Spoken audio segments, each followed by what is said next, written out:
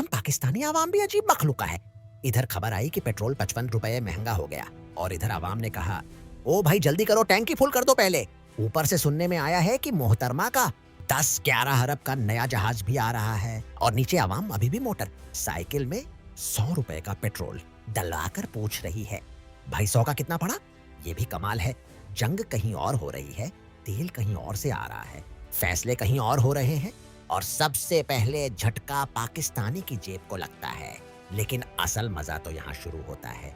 जब कीमत बढ़ती है तो कौम दो काम फौरन करती है। पहला, पेट्रोल पंप पर लाइन लगा देती है। दूसरा, घर आकर चाय के कप के साथ इनकलाब की बातें शुरू कर देती है। हम वो कौम है जो हर मुश्किल को मजाक में उड़ा देती है, हर बोझ को हंसी में बर्दाश्त कर लेती है। लेकिन कभी कभी दिल कहता है, काश हम सिर्फ हंसने वाली कौम ना होते, कभी सवाल करने वाली कौम भी बन जाते।